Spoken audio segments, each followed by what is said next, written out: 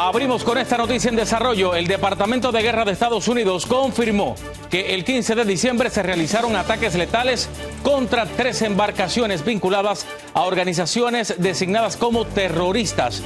La operación, ordenada por el secretario de Guerra, Pete Hegseth, se llevó a cabo en aguas internacionales del Pacífico. Autoridades estadounidenses señalaron que las naves transitaban por rutas conocidas de narcotráfico y participaban en actividades de tráfico de drogas. Como resultado de los ataques, murieron 8 presuntos narcoterroristas. Hola, ¿qué tal? Soy Abel Álvarez. Gracias por acompañarme. Estas son otras de las noticias que estamos siguiendo muy de cerca aquí en 24 horas. Chile da un giro histórico a la derecha y su triunfo cambia el mapa político de América Latina. Pero ¿podría México ver un giro similar? Pues le muestro la sorprendente respuesta de la presidenta Sheinbaum. No se lo puede perder. Además, un piloto de JetBlue denunció un encuentro peligroso con un avión militar de Estados Unidos en pleno Caribe. Más adelante les tengo el audio del piloto que encendió las alarmas en la región. También en México, un jet privado se desplomó cuando se aproximaba al aeropuerto de Toluca. Aquí estamos viendo parte de esas imágenes. 10 personas perdieron la vida. Les tengo la última comunicación del piloto con la torre de control. Pero ahora continuamos en Los Ángeles, en California, donde las autoridades arrestaron al hijo del actor y director de cine, Rob Reiner, quien junto a su esposa fue asesinado ayer a puñaladas en su residencia en Brentwood. Vamos con Fernando Mejía, quien tiene lo último sobre la investigación de este caso que estremeció a Hollywood. La policía de Los Ángeles, en un comunicado en redes sociales, anunció el arresto de Dick Reiner, de 32 años, como sospechoso de la muerte de su padre, el conocido cineasta Rob Reiner, y su madre, Michelle Reiner, de 78 y 68 años respectivamente. Parte de la investigación, los investigadores siempre hablan con las personas que creen que están involucradas. Es posible que él dijo algo. No tardó mucho para que las autoridades lo calificaran de homicidio. En el comunicado se afirma que las autoridades encontraron los cuerpos sin vida alrededor de las 3:40 de la tarde. Al parecer, ambos cuerpos mostraban heridas de arma punzocortante. Nick tenía problemas de salud mental, vivía en la calle, estaba homeless por un tiempo. Reiner, con una exitosa carrera de Hollywood, con más de 50 años, dirigió películas taquilleras como When Harry Met Sally y fue nominado a un Oscar por la película A Few Good Men con Jack Nicholson y Tom Cruise. Hoy en el Boulevard Hollywood, con la estrella que lleva su nombre, algunos fanáticos colocaron flores y veladoras en su memoria. Los motivos del homicidio o las pruebas del porqué del arresto del hijo no fueron dadas a conocer. Porque para arrestarlo, los oficiales necesitan causa probable para arrestarlo, pero el fiscal va a necesitar más que eso para ponerle cargos. Reiner era un crítico abierto de las políticas de Donald Trump. El presidente ahora está enfrentando una ola de críticas, incluso de algunos conservadores, por su reacción ante su muerte, escribiendo en una publicación que se debía a la ira que provocó Reiner, en otros a causa de su masiva, inflexible e incurable aflicción por una enfermedad que incapacita la mente, conocida como el síndrome de trastorno de Trump. El sospechoso podría utilizar en su defensa su pasado con las drogas para minimizar una posible condena en su contra en caso de ser encontrado culpable, y aunque por el momento la pena de muerte está suspendida en California, los fiscales sí podrían buscar una cadena perpetua sin derecho a libertad condicional. Fernando Mejía, Noticias Estrella TV.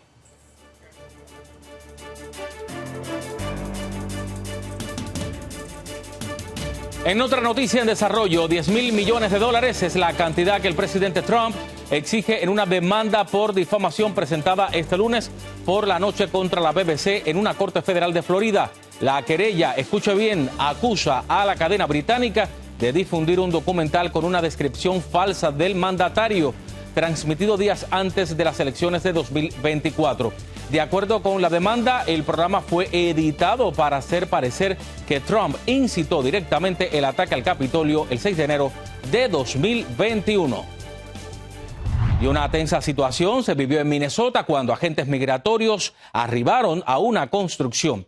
Residentes confrontaron a los oficiales mientras 2 trabajadores pasaron varias horas en lo alto de una plataforma de madera entre temperaturas bajo cero. Al final, los agentes se retiraron y la gente ayudó a bajar a los empleados, quienes fueron trasladados a un hospital. En Australia, El primer ministro confirmó que el tiroteo masivo ocurrido el domingo, estuvo motivado por la ideología del grupo Estado Islámico, ISIS. Autoridades informaron que un padre de 50 años y su hijo de 24 años atacaron de forma premeditada a una multitud, dejando al menos 15 personas muertas y más de 40 heridos. La cadena ABC reportó, citando fuentes antiterroristas, que en el vehículo de los agresores se encontraron 2 banderas del Estado Islámico. Y reconocen como un héroe al hombre que arriesgó su vida para desarmar a uno de los sujetos que disparaba hacia la playa. Mira el momento. ¡Oh! ¡Oh, no! ¡Oh! El hombre se escondió entre 2 carros y en un descuido del atacante lo agarró por atrás y logró que soltara el rifle. Autoridades señalaron que gracias a su valentía muchas personas siguen vivas. El hombre fue identificado como Ahmed Al-Ahmed, de 43 años, quien está hospitalizado tras recibir disparos en un brazo y una mano y fue intervenido quirúrgicamente. Familiares dijeron que esperan que se recupere. Y con esto nos vamos a una pausa, pero no se muevan porque hay más al regresar. Un piloto de JetBlue denunció un encuentro peligroso con un avión militar de Estados Unidos en pleno Caribe. Más adelante les tengo el audio del piloto que incendió las alarmas en la región. Además, Chile da un giro histórico a la derecha y su triunfo cambia el mapa político de América Latina. Pero ahora bien, ¿podría México ver un giro similar? Les muestro la sorprendente respuesta de la presidenta Claudia Sheinbaum. Cuando regrese, no se vaya.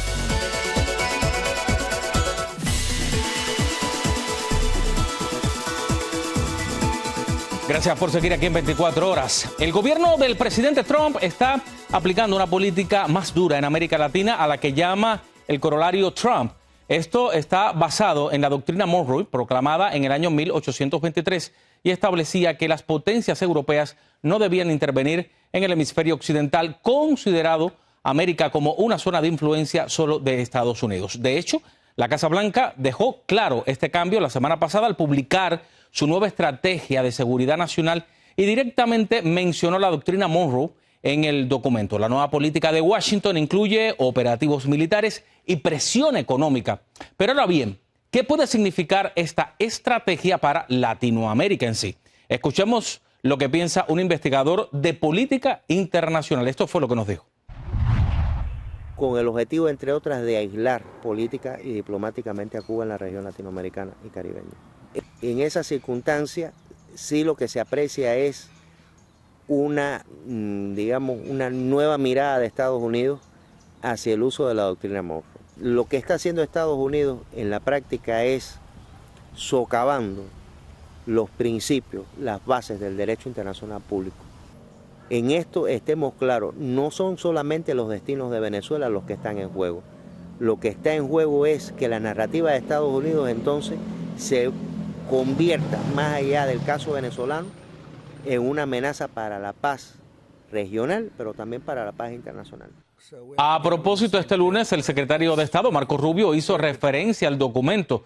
Esto luego que Washington y Paraguay firmaron un acuerdo de cooperación en seguridad nacional que permitirá el despliegue de personal militar estadounidense. Además, el intercambio de información para combatir el terrorismo y el narcotráfico. Pero escuchemos lo que dijo específicamente Marco Rubio.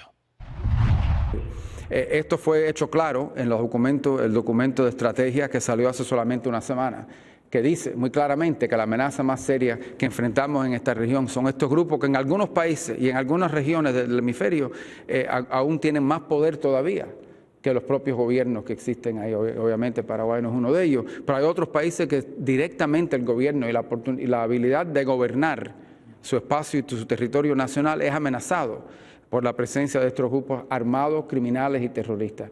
Y enfrentarnos a esa amenaza es prioridad. Como parte del acuerdo, Washington se comprometió a compartir inteligencia y entrenar a tropas de Paraguay.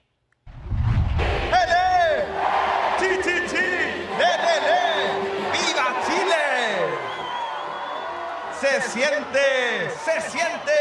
Kast, presidente. Y José Antonio Kast ganó este domingo las elecciones presidenciales de Chile en lo que representa el giro más grande a la derecha desde el fin de la dictadura en 1990.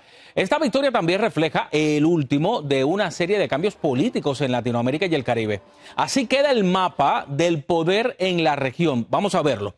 Hay 10 países en la derecha y 8 en la izquierda, mientras que Honduras queda por definirse. Figuras de la derecha como Javier Milei celebraron la victoria escribiendo: la izquierda retrocede, la libertad avanza. Aquí lo estamos viendo en pantalla. Pero vamos a escuchar parte del discurso que envió el nuevo presidente de Chile. No nos pidan aquellos inmigrantes irregulares que gastemos todos los fondos sociales para ustedes. Nosotros somos un país acogedor. Hay una canción muy linda que dice cómo se recibe al amigo cuando es extranjero. Nosotros queremos recibirlos, pero cumpliendo la ley. El que no cumpla la ley se tiene que ir. Y si un amigo extranjero que está radicado infringe la ley, también le vamos a decir que se tiene que ir. Mientras tanto, el presidente de Venezuela, Nicolás Maduro, también reaccionó a las elecciones en Chile. Nosotros no nos metemos en eso. Son asuntos internos de Chile. Lo que sí yo me meto es decirle a este señor Kast: usted podrá ser seguidor de Hitler y educado en los valores de Hitler. Usted podrá ser pinochetista, convicto y confeso, pero cuidadito, le toca un pelo a un venezolano. A los venezolanos se respeta. Cuidadito. Escúcheme bien, ¿oyó? El que se mete con Venezuela se seca y usted se puede secar aceleradamente, señor Kast. José Antonio Kast ganó las elecciones en Chile con aproximadamente 58% de los votos. A propósito, la presidenta de México, Claudia Sheinbaum, llamó al progresismo latinoamericano a una reflexión tras la victoria de la derecha en Chile. La mandataria subrayó que se trató de una decisión democrática y afirmó que debe respetarse la voluntad del pueblo chileno. Pero ahora bien, ¿puede haber un giro similar en México? Fíjese que la pregunta se la ha ido repitiendo varias veces en el noticiero. Vamos a escuchar lo que dijo la mandataria a propósito.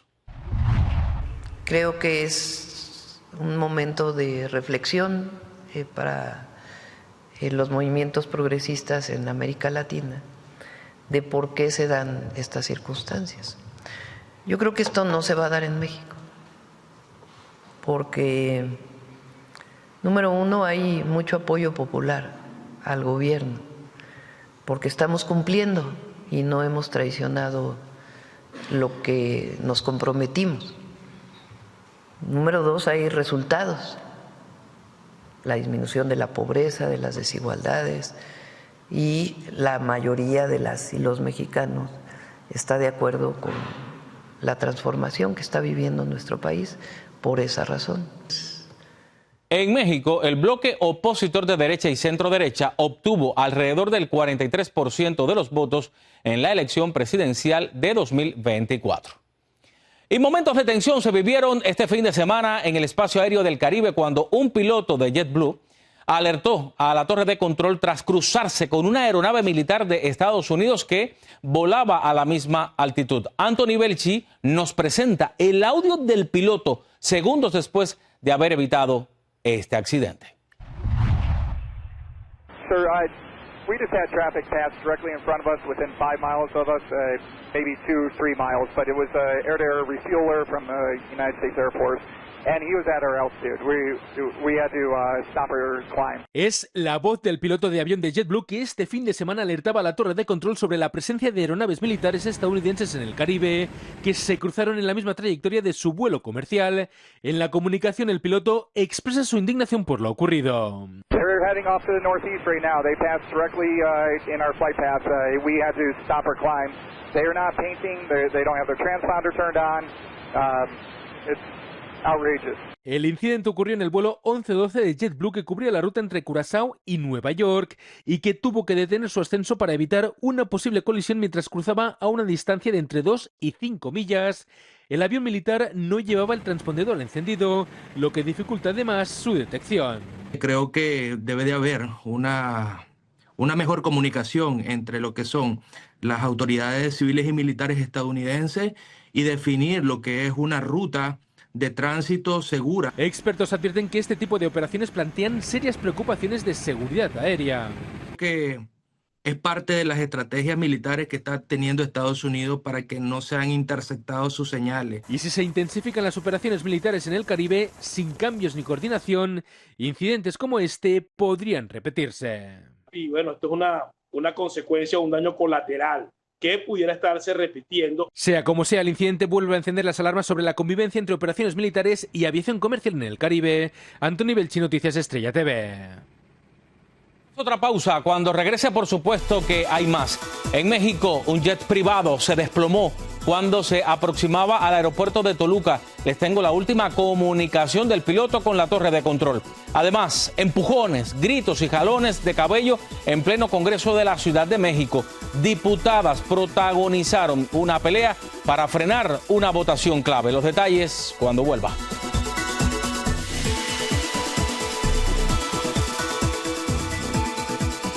Volvemos al aire con esto porque 10 personas murieron luego de que un jet privado se desplomara abruptamente al aproximarse al Aeropuerto Internacional de Toluca en el Estado de México. Víctor Blázquez nos presenta las últimas palabras de los pilotos segundos antes de que la aeronave se desplomara. Sin sobrevivientes. Es el informe oficial que las autoridades del Estado de México anunciaron al dar a conocer que 10 personas perdieron la vida luego de que un jet Cessna Citation 3 se precipitara abruptamente a tierra, tras volar unos 40 minutos procedentes del puerto de Acapulco, Guerrero, y con destino al Aeropuerto Internacional de la ciudad de Toluca. Hasta la información inicial por personal de la empresa aeronáutica que están aquí, sí eran el piloto, copiloto y 8 pasajeros que venían de Acapulco. La información inicial que tenemos, obviamente habrá que hacer los peritajes. A simple vista únicamente se ven 6 cuerpos, pero obviamente no se puede manipular. Este video en cámara lenta captó a la aeronave ladearse antes de impactar en tierra, a poco más de 1 milla de la terminal aérea que tenía como destino. Después, una nube de humo, polvo y llamas cubrieron la zona del impacto. Hasta el lugar llegaron los servicios de emergencia para sofocar el incendio que surgió tras el accidente. Esta es la última conversación que tuvo el piloto con personal en tierra. Con mucho temple, advertía, nos desplomamos. Ir al aire el Papa Romeo Oscar. Recibido Papa Romeo Oscar, ¿me confirma intenciones? Estamos desplomando Papa Romeo Oscar. En una aplicación de radar quedó guardada la ruta y la ubicación exacta del impacto. Marcaba una cancha de fútbol y una bodega que, según los reportes, ahí se almacenaban artículos altamente inflamables, por lo que se tuvo que realizar un operativo de evacuación para no poner en riesgo a más gente. Se tuvo que evacuar 2 cuadras a la redonda porque la bodega donde cayó había tanques de combustible y de gas. El jet que se estrelló esta tarde es similar al que aparece en esta foto. Un jet que por sus capacidades y comodidad es muy solicitado. Esta aeronave, según los registros, tenía 41 años de antigüedad. Hasta el momento se desconoce cuáles fueron las causas del desplome que cobró la vida de una decena de personas. Ahora las autoridades van a investigar qué es lo que ocurrió en el aire. En Ciudad de México, Víctor Blázquez, Noticias Estrella TV. Y una indignante pelea ocurrió en el Congreso de la Ciudad de México, donde diputados de Morena y de la oposición se enfrentaron con empujones. El conflicto comenzó cuando legisladores del PAN tomaron la tribuna para frenar la votación para convertir el Instituto de Transparencia como parte del gobierno local. Legisladores del PAN denunciaron que Morena buscaba más control del organismo que hasta ahora era independiente. Pero en vez de llegar a un acuerdo, diputados comenzaron a pelear con jalones de cabello. Vamos a ver parte de lo que ocurrió.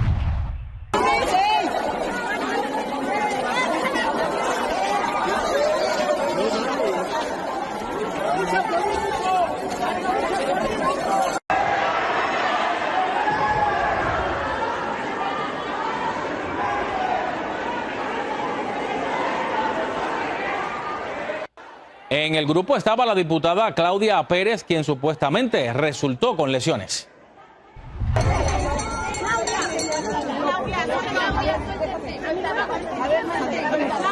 Claudia, ya. A ver, suéltala, por favor.